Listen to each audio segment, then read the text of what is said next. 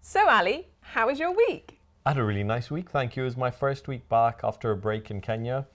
And we went away and spent some time with family, had some time away for bigger picture, which was lovely. And then I came back and I thought, you go away on a holiday and you have all these great ideas. So I had to come back and implement them in the first week before we lost motivation for that. Fair enough. So I'm actually meant to be away from the practice for a week every month for teaching, admin, all that kind of thing. And I never do that. And what happens then is I come in and I say I've had a busy week, and I always come in to record this podcast on a Sunday evening, and I say I've been working since early this morning. So I've enforced that, which is awesome. So I'm doing fun things on the weekend. Amazing. Yeah, and so that's where that balance comes in. But also, I came back this week to the lab fully set up and running, and Jin has been amazing. So there was a lot of cases, especially single central incisors, which became something that was a little bit nerve-wracking. I don't know if you feel like that. Yes, yeah.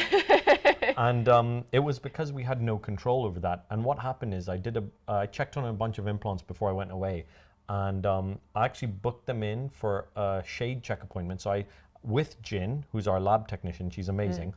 She came into those appointments, took a shade, and then she brought them in and checked the ceramics that she had made at a separate appointment whilst I was away. And a string of fits came in, and every single one has been bang on. Perfect. And one needed a contact adjustment, and she went and did it in 10 minutes and came back. And it's just been a dream. So I've had a lovely week, and I can see ways that my week that I'm going to be blocking off are not going to actually affect productivity at all because of this. So yeah, how's your week? No, that sounds fantastic.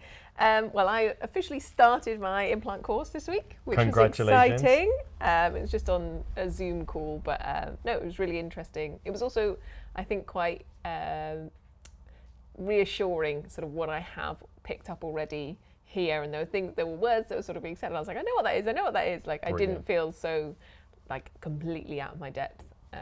But yeah. What was the topic of that first? Well, it's a bit confusing. So it's sort of, we're allowed to join in at the end of last year's one. So these aren't really the main ones. So it was on GBR. But Oh, you know what you're doing. Yeah. But yeah, no, it was fascinating as well. Sort of picking all of that up. Brilliant. Really well taught. So yes, thank you, Leanne. Yeah, no, she's brilliant. When are you going to Edinburgh for the first time? October.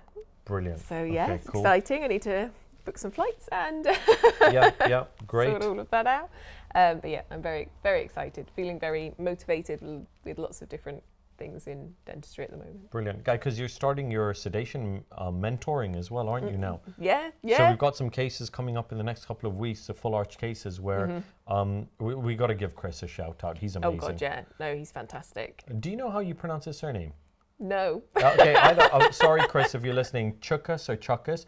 Chris was in my DF1 year, and he's a sedationist now, roving sedationist, but he's also studying medicine. And his sports medicine really interests him, and he's someone who is doing things for curiosity, but he came to the practice and he was really generous with his time, his knowledge. He very willingly offered to mentor you. He didn't want any fees. He said, oh, if I'm here, I'll mentor you. It was amazing because we are going to be using him for a lot of cases anyway. But also then, when he left, he sent us a zero invoice, like for £0. And he said, 3 years ago, I told you on Facebook Messenger that the first case would be free. We insisted on paying for it because we passed the cost on to the patient. But I just think there's such integrity there with the way he handled himself, and he was so lovely to the whole team. So yeah, exciting now. Oh, definitely. He was really, really open with the knowledge for me as well, and just passing all of. He's very organised and on it with sort of all the documentation. I think that's a big part of sedation is that documentation. So it's really useful, sort of having some of the stuff that he's passed on as well. It's been really good. I mean, he came in knowing that if he mentors you, there's a good chance that we won't need him in time. And he very openly said that, but he said, I love to do this and I'm busy enough. And that's kind of how we teach people as well. So I love that. Yeah. Awesome. Exciting. Very exciting. So this week we have a special season finale episode to round up all the guests and to sort of consolidate all that we've learned from this incredible season. Over the last few months, we've had the honour of being able to interview some incredible people working in the dental sphere. We're going to try and break down some of the sort of insights and changes we've made since interviewing each guest. And I just want to say a big thank you to everyone that has joined us on the podcast. Yeah. Particularly all the incredible women in dentistry that have been sort of our main highlight of the season as well.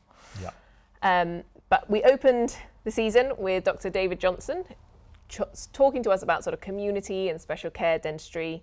It was a cracking interview with Dave. He chatted to us all about sort of the differences between special care and community. He's got sort of over 20 years experience in the field, and he divulged a plethora of tips and tricks for GDPs to apply in their practices. What were some of your highlights of the episode? So I have to say, I didn't really understand before that episode. I didn't understand really the difference between community and special care. Mm-hmm. And I think it's a bit sad that because of funding and circumstances, they've kind of become the same thing when they're not really the same thing. Mm-hmm. But it was amazing. I always, it's a bit harsh, isn't it? I always thought that community is where dentists go to drink tea. Yeah. and Dave really disproved that because he's really driven and passionate. And I have to say, I was just so impressed with him and his love for what he does and the difference he makes to a community. And it also made me realize how much pressure what they're doing is taking off of us in primary care. Did you feel like you knew what all of that was before he came in? No, I definitely merged them. I didn't realize sort of the differences between them. And again, that his enthusiasm for his job, I think, really shone through in that episode. And it highlighted sort of some of the pressure that they're sort of all under. Yeah. But I think what was great was finding out some of those little things that you can bring in for getting that anti-anxiety in general practice, sort of for everyone. Sort of like I met Dave through the acupuncture course, and that was sort of chatting about that I think is really useful. But even just some of those tips and tricks, and I know I found it interesting, sort of the similarities between what they do and what you're able to do in private practice, sort of those longer appointments, being able to build a little bit more of the rapport. So I did find that very, very sort of interesting. Because we know a lot of people who would want to get into special care and community if they could do it kind of part-time. And it's really cool that Dave's trying to encourage people to do that. I have to say, it was really highlighted. I touched on this, but I didn't really talk about it very much. But BDA Wales had invited me, Caroline Seddon had invited me to give a talk on behalf of private dentistry, talking about leadership in private practice.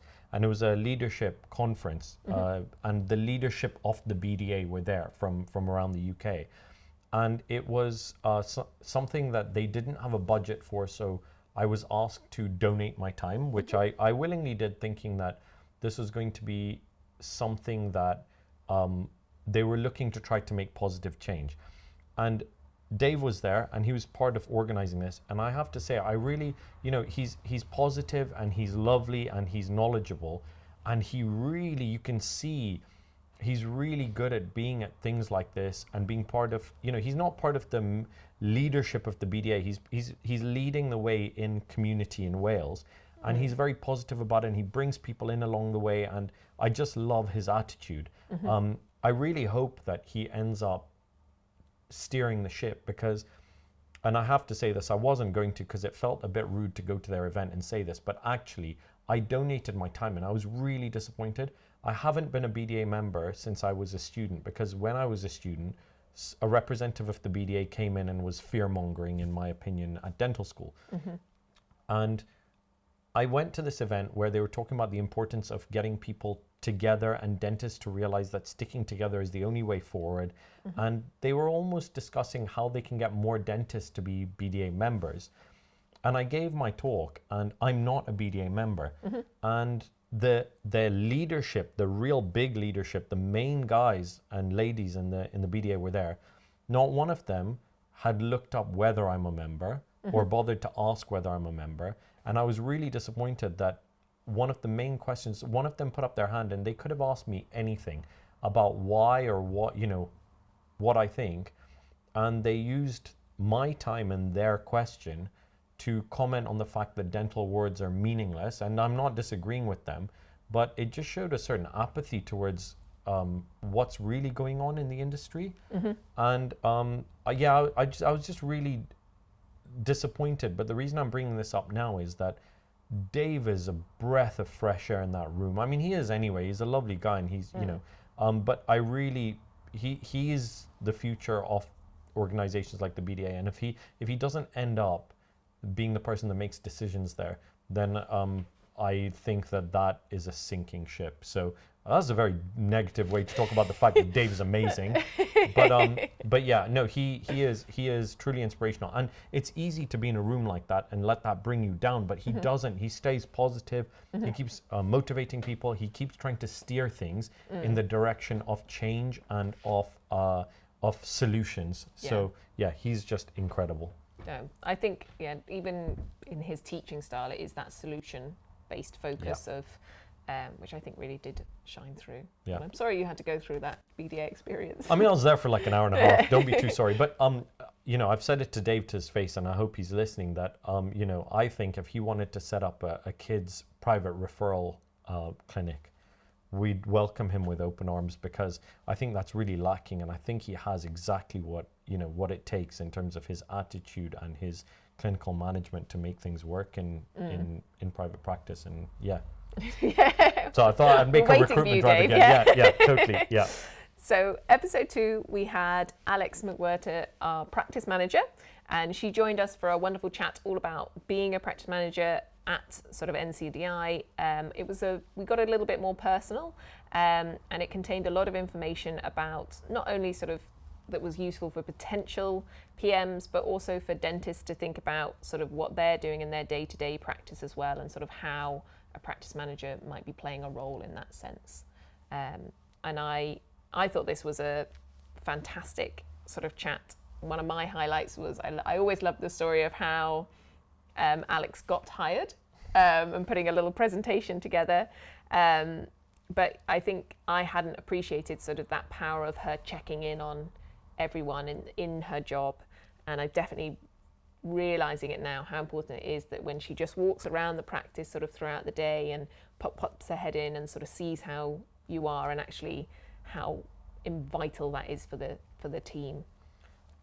It's amazing that I think everyone doesn't realize this, and in the beginning Alex didn't realize it either. I'm sure she'll admit that when you walk around a building and you say how are you to people, that's not what we're trained to think of as work.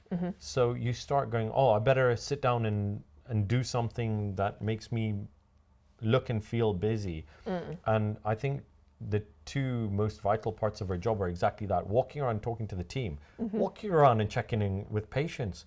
Because if patients are unhappy about, oh, I've been here waiting for ages, or this happened, it's finger on the pulse stuff, isn't it? Yeah, oh, definitely. And I think the more that our team has grown to take over roles that are, we're burdening Alex, the firefighting, the things like compliance, where we have amazing people who can deal with this, the more she's thinking bigger picture. And I think it's interesting because you're in lots of practices now. I think maybe when you pop in for a day or two in a lot of places, you don't see as much as when you're in one place the whole week necessarily.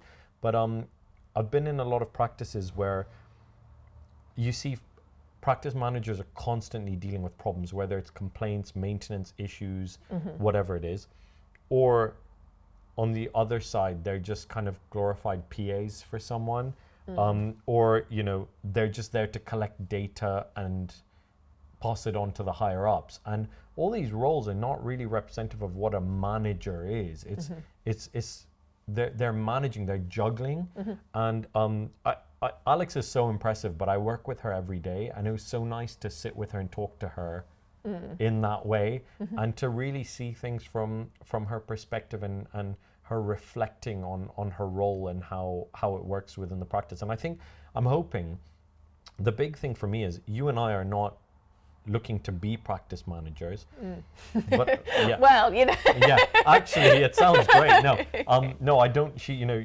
I don't admire her. It's a bit like an anesthetist, in the sense that you can play Sudoku all day, but when things go really bad, it's on you, right? And Yes. that's her job when things hit the fan. But I think for people who might have been considering whether practice management is for them, or practice managers who maybe feel like the role isn't for them, or that they might realize they're in the wrong type of practice management role where they need more freedom. Or a lot of dentists and practices, I'm hoping, who have listened to this and realized that practice owners don't have to be control freaks. And people like Alex are better at doing this than we could ever be. And that it's worth being. You can't be everything, right? Oh yeah, no, definitely. I think it is highlighting sort of those key aspects, like her incredible organization skills. Yeah. That sort of, I know if I owned a practice, like I don't have that level, and it's having that role in your team, sort of, and knowing whose strengths to sort of play on, I think is really important.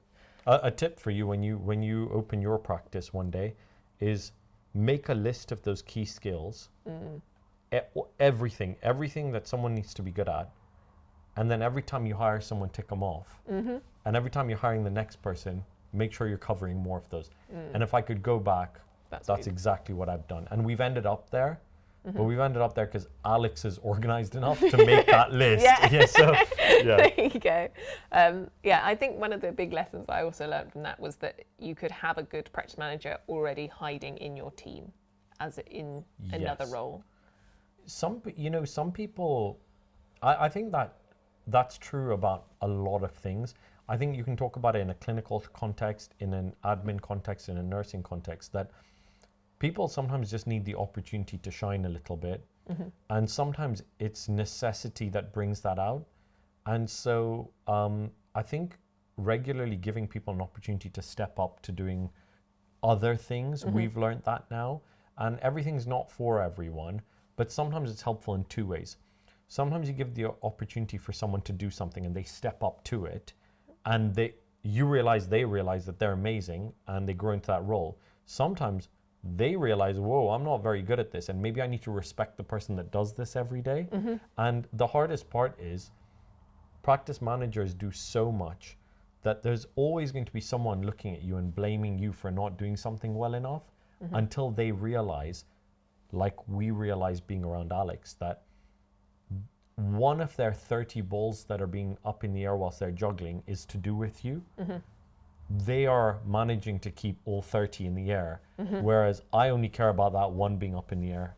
I think it's amazing. No, oh, definitely.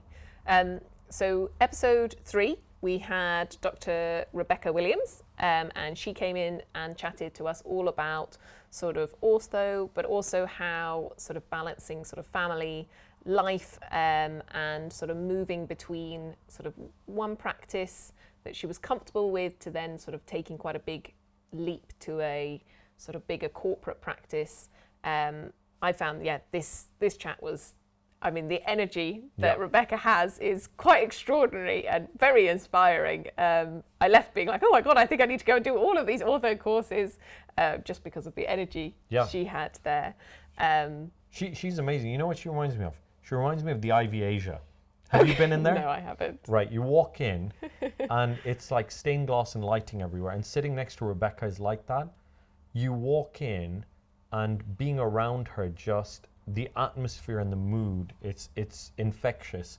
It's absolutely incredible. Like, she's so positive and so energetic, and it's in such a good way that you would, to design something that people walk in and their mood is elevated and what they're thinking about changes, and she is so inspirational because that's the aura around her, isn't it? Oh yeah, no, definitely. I think what I also loved about her was how willing she is to reach out to others for support. Yes. And to reach out for that mentorship.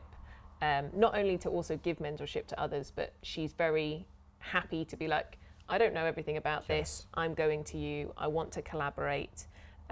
Because I do think sometimes it happens in the dentistry field, as it does in everything, where people want to compete a lot. Yes. But she's very and much don't want like to show their vulnerability. Yeah. I totally agree. Actually, I think that was incredible, and she openly talks about it. And I think that's why they always say you should always be a mentor and a mentee at every point in your career. And she's just really typifies that. And I think that's why she's being brought on. That's why she'd make such a great teacher, is that she's so aware and self-aware. And yeah, she was amazing. And I think I found it really interesting that everything happened later for her. You know, everyone's racing to get things done as soon as they qualify. And everyone feels like by the end of their 20s, if they haven't done things, that they've been left behind. And it's just simply not true, is it? No, not at all. I do. I think after that chat, I did feel more comfortable as well. I think I'd been in a place where I was sort of like, oh, I've got to do this. Like, why aren't I at that level? And actually, it's realizing you have time. You can go at your pace as long as sort of you are reaching out to those people around you and sort of taking that time to really work out what you want to do, and ultimately that's how you're going to be happier sort of in the job as well. And it's circumstances that did it to her, wasn't it? She left her practice because it got sold, and then she looked for a new challenge, whereas she said that if the practice hadn't been sold, she might have stayed there forever. And it's just interesting that sometimes it's also to remember, sometimes the things that feel like something horrible is happening and you don't like change, sometimes you need, if you're not someone who looks for change, sometimes it might be enforced change, but it could lead down a really positive path for you as well, as long as you look at it as an opportunity. And definitely. I think it was really interesting that Rebecca's one of the people, you know, there's plenty of people we talk to who don't own practices, but she was just so clearly so happy in being an associate in the practice she's in. And I think there were kind of two takeaway points to that for me. One is that we will all find our happiness in different roles, and it depends on who you are and what you want, and that might change through your life and your career. And the second is, she touched on something so valuable. I think what people don't realize is that the hardest part of any business, forget dentistry, is having customers, right? In anything. And we know you could be really skillful at something, but if there's no one walking in through the door, your skills aren't going to bring anything in. And I think it's so interesting that she has such fondness and respect for the practice group that she works with, because she sees the value of all these GDPs that refer to her, and it means that she gets to do what she loves. And she was so respectful of the GDPs she works with. She didn't talk down about them. There are young dentists she works with who are starting out in their careers, and she clearly is trying to support them, and she speaks positively about them, rather than being like, oh, you know, thank goodness there's people around me who don't know what they're doing. I'm not saying they don't, but I'm saying I've heard that a lot, and it just typifies her attitude, that she's so positive towards the team around her, and it's the gratefulness for the role they play. I thought it was amazing. Yeah, I think one of the other big lessons I got was about that using social media for good. Yes.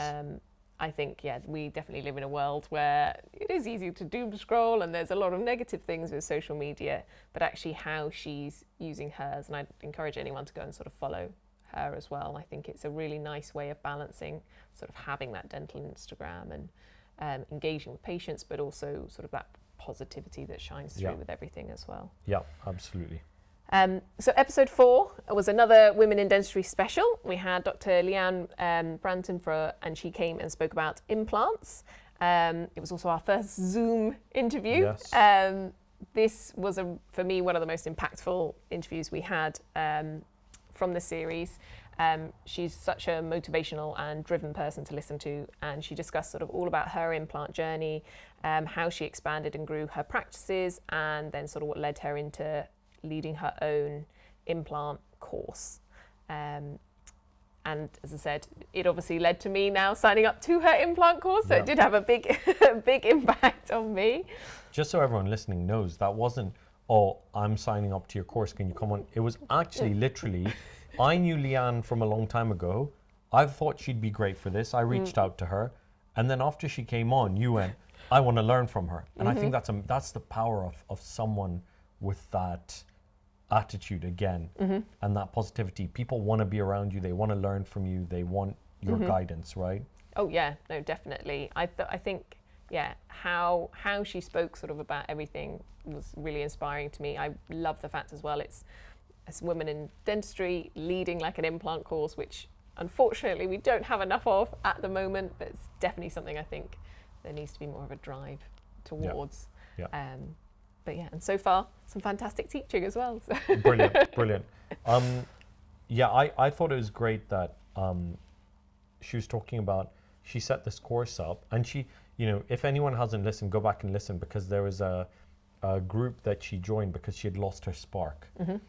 And I like that she didn't just accept that she had lost her spark, and she looked for her spark again, Mm-hmm. because I think it's so easy to just go, oh, well, it's easy like this, and to accept it. And she knew that there was something missing, and I just loved that part of her journey. And the fact that it's happened at this stage of her career, you know, how long has she owned a practice for? It's been years. You know, this isn't, she's kind of been doing the journey, and she, as she was saying, she works with her sister who's the practice manager. They managed to make it work as family. It's actually works well, and she's not just sitting there going, well, this is easy, let's leave it. The practice runs itself, and she's gone, something's missing. So it's never too late to find your spark. I love that as a lesson. And I thought it's interesting because I think it's true that we all need to keep evolving and reinventing ourselves throughout our careers, because otherwise things go a bit stale. And I think that scares, things going boring and stale scares me more than failure. I don't know about you, but not liking what you do, or feeling like you're in shackles, or, you know, just tied to something that is monotonous, terrifies me. And I think Leanne kind of highlighted that you don't ever have to accept that. Oh God, yeah.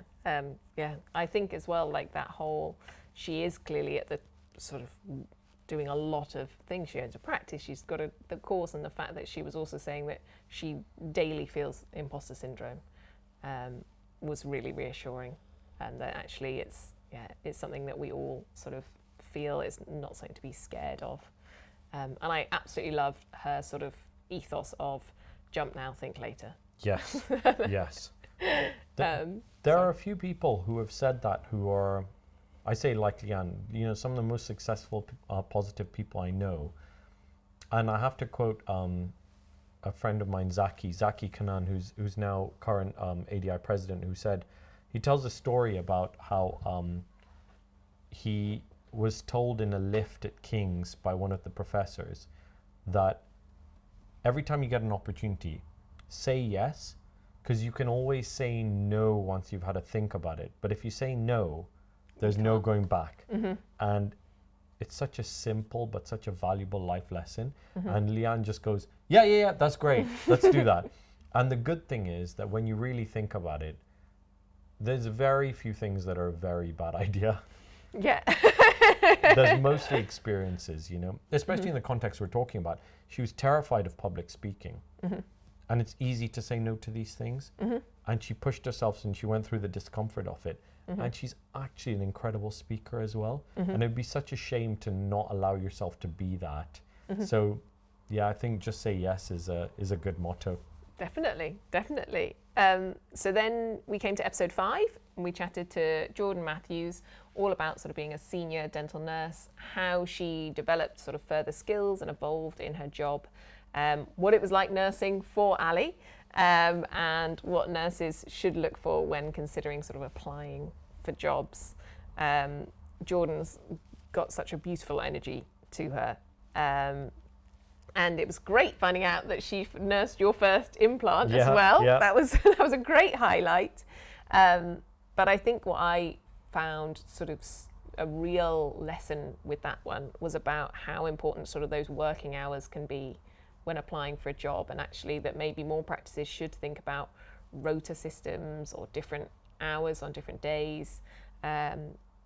Because I think we do live in a world now actually where it isn't in general so 9 to 5, like lots of people can work from home, or there's flexi hours and things, and I realise in dentistry it's a lot more difficult, but there can be ways around it, and I think it is something that maybe practices should be more open to with sort of childcare and things like that. I mean, I think there's three aspects of, and I'm very happy for dental nurses to tell me I'm wrong, but this is both from, you know, having had to set up the practice and figure this out, but also there's a lot of research on this, and the three aspects that we need to be more considerate of are the work-life balance, which is what you're referring to, and that's different to everyone, and everyone's life is different, and the hours that they need to be at home are different, or that they have interests or whatever it is. The second, you know, I was just classic Ali being so busy with dentistry. An interest? What's an interest? A hobby? People have hobbies. I mean, if you're someone who goes to the gym in the morning, it's different to someone who goes surfing in the afternoon. I mean, people do these things, Flo. It's true. And you know, okay, I think I wasn't going to say it like this, but I think it's important to say that I know some very passionate dental nurses, but I know very few that go home and watch videos on how to do dental nursing, right? And it's a different type of career to say some types of surgery where I think all the clinicians I work with will go home and watch videos, and it's just a different career path, right? So it's being conscious of that and not holding it, assuming everyone has the same motivations and outcomes desired as you do. So there's the work-life balance, there's the pay, and we can't get away from that. Dental nurses have been serially underpaid in the UK. Practices will argue they've been underpaid, dentists will argue they've been underpaid because of the system, but the fact is, there's just no excuse. There are businesses making profits that are not passing that on to dental nurses, and during COVID, when I think it was 2,000 dental nurses deregistered from the GDC, I think practices had a big shock. Now, at the time, our plan was already to increase wages, and what happened is that we were actually on par with everyone at that point who jumped up. But what happened is a lot of practices had decided that to retain nurses or to attract nurses, they'd increase pay, but they'd have fewer nurses. So they essentially had a nurse on 1.3 times the pay doing 2 times the job. And the nurses at the time were like, oh, this is great. But actually, I think the fact that the pay increased meant that they realized that that's not the only issue in a job. And then so the final one, aside from work-life balance and money, is variety and roles in work and being trusted to do things and learning and evolving. And that's not just through courses doing qualifications, it's actually being an active part of a practice. I know plenty of nurses who would hate that, you know, there's always, when you go into a dental hospital, there's always a nurse putting mouthwash tablets into cups. And sometimes it's because that's the protocol, but sometimes it's because there are types of people who that's what they want to spend their time doing. But there's plenty of people who just want to do different things all the time. And I think Jordan really highlighted the fact that if we don't look after people like Jordan in dental nursing, we're not going to have dental nurses like Jordan. And I think our building is now full of that type of nurse who are incredible. And our job and our challenge is to firstly keep rewarding them, but also to keep challenging them, because they deserve to be challenged in a really good way. Oh, definitely. And I think, highlighting again those different, there actually is there's a multitude of roles that dental nurses can sort of go into even within dental nursing that I think you've been very good at highlighting in the practice. But I definitely think probably in other practices it's less highlighted, but actually you can have dental nurses that do more of the admin side, do more of the organisation side, prefer not to be in clinic as much, or someone who loves being in clinic, they want to do that chatty side of everything, and it is, finding that within the dental nurse team is so important. Our team are incredible. I mean, we are overstaffed because we have to be for when people are taking time off, and they deserve to be able to take time off when they want. And we are trying to pay more and more. And I have practice owners of private practice say, well, it's easy for you. It's not easy for us. We've struggled for a long time. We've found a way to afford it, and the way we afford it is we charge patients for that. Our prices allow us, we price to pay the nurses well, and they go, well, yeah, well, you know, if we did that, we'd be priced out. No, our patients come in and they comment on how amazing the team are, how welcome they feel, how much they trust them. You get what you pay for. I really think that, the industry is now learning that lesson. Oh, definitely. So then we come to episode 6, which was with Dr. Helen Rimmer, and that was looking all at sort of things facial aesthetics, and how sort of growing a thriving facial aesthetics practice, but actually how difficult it is to mix that with dentistry. Yep. And we covered sort of who could make a good esthetician, but also some of the mistakes that people make in facial aesthetics or even in building a business, and how important, again, building that right team sort of really is. It was a very interesting chat for me, sitting down with both sort of my bosses and finding out, talking about how I was hired, which was quite interesting. But I mean, I took a lot from the chat. I absolutely love working with Helen. I think she is an incredibly inspiring woman in dentistry, sort of how she has grown her business with her sort of husband, Dr. Sid.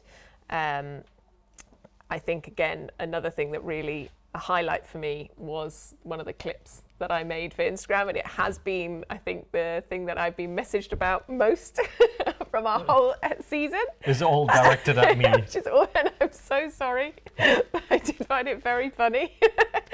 For anyone who's not seen it, it was highlighting really the important issue of that we need to create more spaces for women in dental committees. Yeah.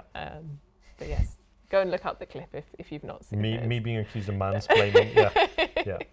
No, and I think in the way that Helen underplays how inspirational and impressive she is, she gave a very powerful and very subtle lesson in branding, and in highlighting the issues in trying to provide dentistry in a facial aesthetics practice and vice versa.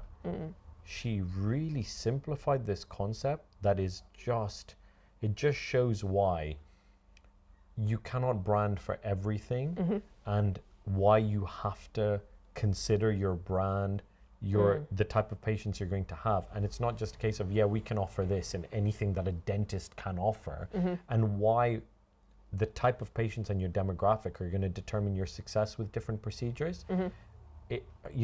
Down to the language that's used and the way it's marketed and the atmosphere, it's so clever. The issue I've had is I've visited practices to mentor that are more geared towards aesthetics, and they have protocols and policies where they try not to use scary words, and they try not to say things like the bone or reduce the bone. But one of the things I have to do as part of implants is consent to things like alveoplasties for full arch treatment. And you don't want to sugarcoat that stuff. But people who want things sugarcoated don't like hearing this stuff. And it's just really interesting how this all fits in with a brand.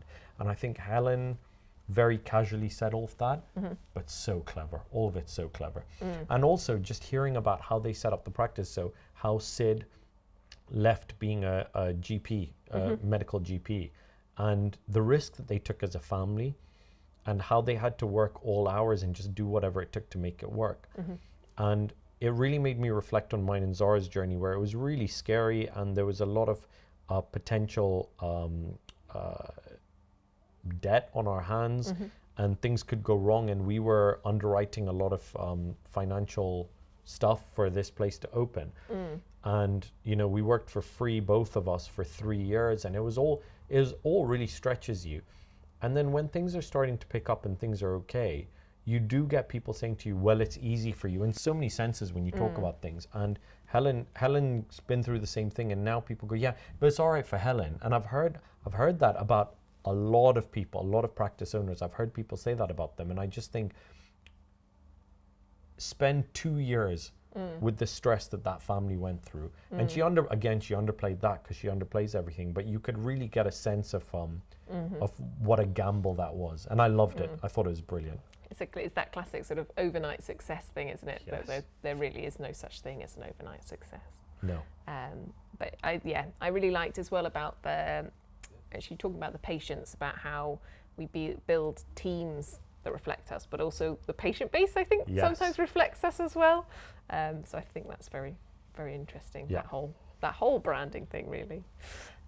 Episode 7 was Dr. Emer, and again, we spoke about implants, but also sort of, she is such a force Yeah. of nature, and her episode really sort of showed how much she is leading the way for women in dentistry, and chatted all about how she was able to sort of buy her practice and how she built her list, sort of that inviting people round for sort of a tea and biscuits thing and to sort of sell them to buy a plan, how much she's pushing digital dentistry, and also how she's built that big public speaking sort of, and how she's engaging with people sort of through that.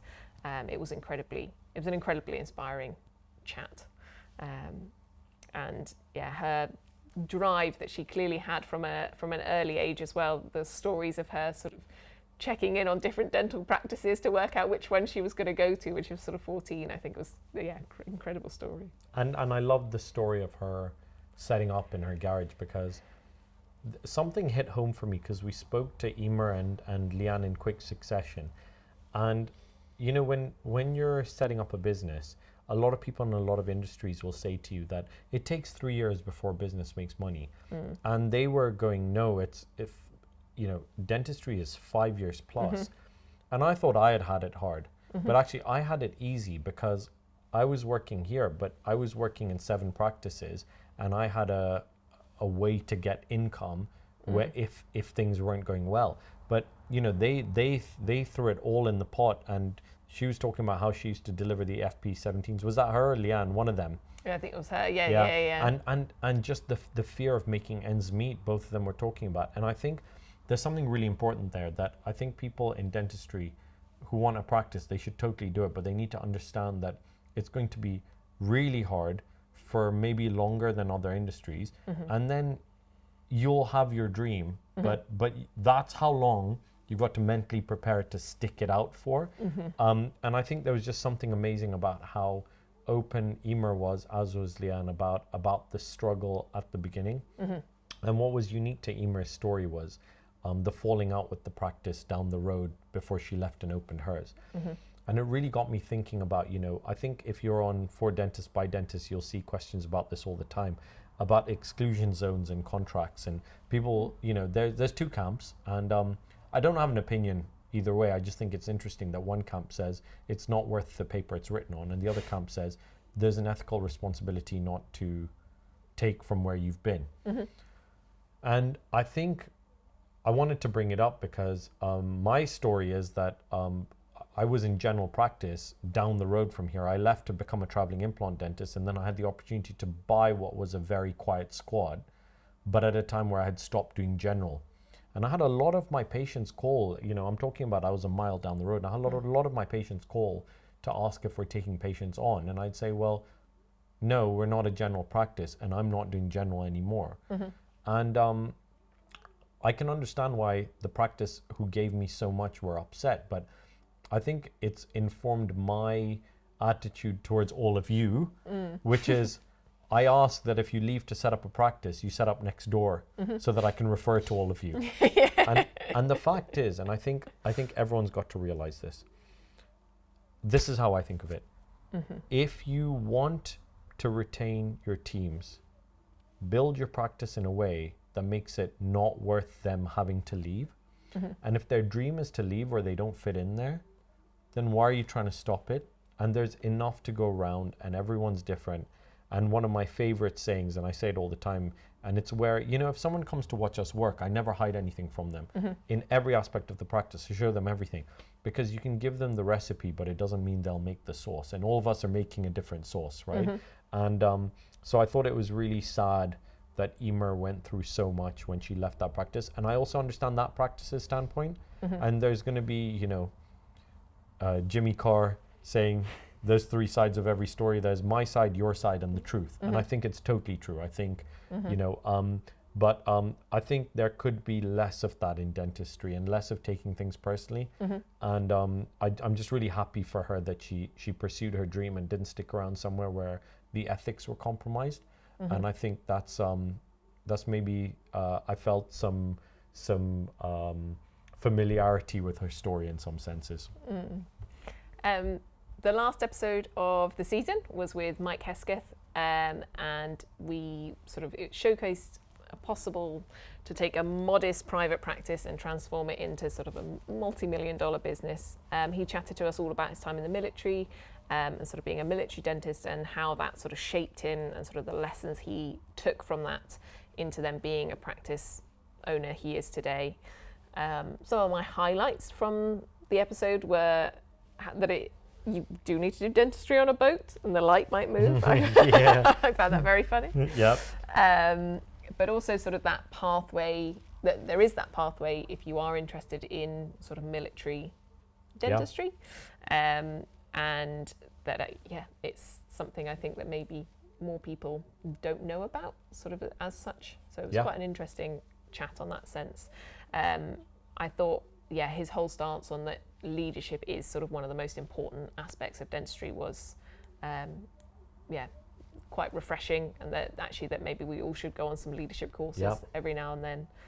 Or maybe that it should be introduced as part of the undergraduate curriculum. That maybe, because one of the GDC's learning outcomes for our CPD is being part of a team and showing leadership, but I don't remember getting very good leadership teaching. No. I remember them saying, "Oh, you're meant to be the leader of your team," and that was about it. Yeah, I agree with that. I mean, I think it was really cool that it's interesting. You took so much away from Mike's journey, and I took so much away from the business side that he was talking about, because that's what affects each of us. I think it was really interesting that the 4 pillars that he talked about. He mentioned that people are often good at 1 or 2, but not at all of them. And I used to think that business coaching was kind of someone selling magic beans. And having spoken to my friends Zach and Gareth who own Smile Stories, an amazing practice, who've worked with Mike, they really see the value in business coaching. The irony of business coaching is often the time you need it most is the time you can afford it the least, which is right at the beginning of your journey. And I think it's a really important part to understand these concepts. But I think it's really cool just having these mentioned and knowing that leadership, branding, infrastructure, financial control are so important, because if you're not good at any of them, and if you're self-reflected on enough to realize, then you can surround yourself with people that can provide that. Mike, I have to say, has really inspired me to consider, I'm mixing up stories from when we went to the day with him at IDAW and when he was on the podcast, but him taking a year out to spend time with his kids before they were in school because he lost his dad early, that's really made me think about my working pattern. And I've come on and I've said that I'm closing a week every month.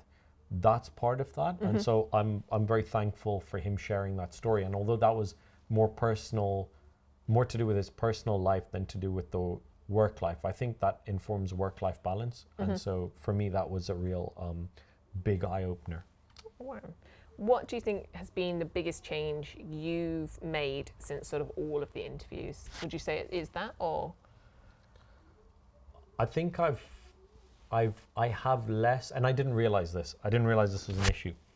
I have less short-term anxiety, and I'm worrying less about next week and next month and the enormity of all these small decisions, and thinking, oh, we've got to get this right, because between Mike, Leanne, and Emer especially, they've gone, this road is really long, longer than you realize. And some of the most important things outside of this professional journey will fly by whilst you're on this professional journey. So for me, I've stopped worrying about the short term. I'm looking more long term, and it's allowing me to enjoy this part of the journey, my day-to-day interactions with my colleagues, my patients. And I think that's brings so much value thanks to all of that. How about you? I think, as I said, I've really taken that whole jump now, think later. I'm just trying to sort of, say yes to things, and then sort of work out, okay, can I make this work? Or sort of what can they then put in place to make it work? And I think it is just opening those opportunities, but also taking a step back at the same time and saying, I think I was in this place where I was like, oh God, everyone's doing this, everyone's doing that. And actually it's going, this is my journey. What do I like? Let's try this, let's try that. There isn't a rush, and actually let's just enjoy doing what I'm doing. Exactly. I have to bring up Chris again, the sedationist, because I thought it was really interesting. He's a different person to when I met him in DF1, and I'm a different person to when he met me. So we all grow up and we all change. But it was really interesting. The thing that he said was, when I got out of dental school, I was just trying to figure out, how do I make money really quickly? Because I asked him, like, so you're doing medicine now, so you're going to do max fax? And he was like, no, I'm just really interested in sports medicine, and I'm not so worried about how I'm loving sedation. I'm loving doing medicine. I'm not so worried about mixing them together and figuring out how to make this an economic plan. I'm more just loving my week, and I love that. And it's the philosophy of a lot of people that we spoke to on this season, in that it's enjoying that ride, isn't it? Oh, definitely. Were there any specific sort of women in dentistry lessons you've learned? I think that I was aware of a lot of what I think are the really important things, because these women in dentistry, I've spent a lot of time with them. I think it's the job of both men and women to make that space. I think it's easy to blame either group. I think more men need to help create the space, and I think more women need to take the opportunity to step into the space. And I think that is, as a profession and as a society, it's like our as our awareness of sustainability increases, things become more sustainable. I think it's all of our jobs to keep talking about it so that it's always there. Yeah. How about you? Any specifics? I think, definitely that family side, I do think it is something that's more prevalent to women in dentistry. It definitely still affects men in dentistry as well, but actually that there isn't that right time, and that there's all of these different possibilities to make it work, from the different stories where people would just run out and breastfeed sort of in the corner of the room, or sort of is taking that time out and then coming back. And again, it's that pressure and taking that pressure off. I think that was a real key lesson. But also, I do think there needs to be more, I think having more female course leaders and things where you can get some of that trickle down and inspiration, I think is going to really help also open up, as that phrase, isn't it? You can't be what you can't see. And actually having some of those big people to step up originally is going to help then broaden everything out sort of further down as well. Yeah, I think Emer has changed things for a lot of people. And it wasn't easy for her, and she had a really tough time. And I think that we're going to look back and realize she changed things for female implant dentists. It's amazing. Yeah, definitely. So I also thought one of the things that I know Ali doesn't like as much, but one of my highlights was I loved the little quick fire quiz we got from people. Yeah. No, I don't have a problem with it. It was great. But actually, the big thing was that most people still wanted to be a dentist if they went back and started again, from the dentists we sort of interviewed, which I thought was just incredibly inspiring, that actually through everything, if you went back and you had all those chances again, they'd still choose that journey, even if it came with sort of failures and things. That's the path they wanted to go through. I agree, but I think that's because of the people we spoke to. And I think the thing that I wanted to say about that is that if there are people listening who don't feel like that about their job, then there is a job within dentistry. You don't have to leave dentistry. There is a job out there that you will be excited to go in every day, or at the very least not dread going in every day.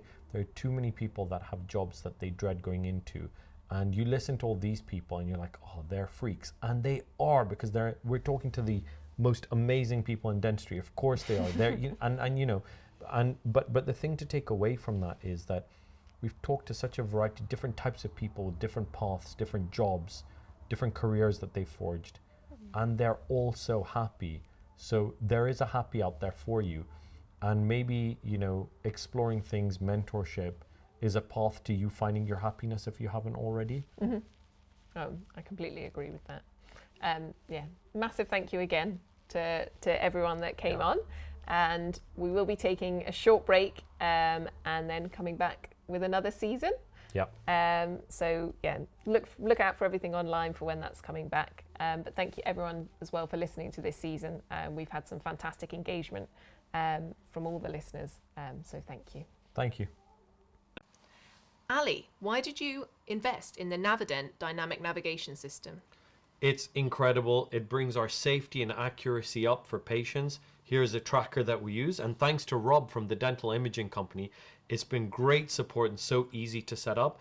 I see why so many people go to him for their digital imaging, 3D or 2-dimensional, and also all their surgical supplies like Ustamed screws. Rob's been incredible, and I'd highly recommend working with him. Ali, can you name everything in the practice that's made by W&H? Ooh, off the top of my head, all of our handpieces, our sterilization equipment, my implant motor, the PiezoMed, they're an incredible company to work with because they're an Austrian company that focus on hygiene, and we know from studies that patients care most about hygiene. To top it all off, the support we get from them is amazing. They don't actually supply the equipment, but they provide the support. Now that's true support. Crown Dental burrs have a rota system. And what that means is I have the same burr box every time with the same burrs numbered. I ask my nurse for the number of burr rather than having to remember the name of it. And it also means that when I need a new burr, we go to the box which has this card, and if we are running out, my nurse can just scan the QR code and order the same one. So we never have problems with inconsistencies with burr boxes or burrs. Thank you very much for implementing this for me, Paul. I love it. And the other thing I love is that Paul's a problem solver. So I worked with him to curate this alveoplasty set, which he has such great knowledge for all of his burrs, and it means that we have everything we need for full arch surgery. So whether you have a problem with your set and need this set, or you have a problem that you need help solving, Crown Dental Burrs will help you do it.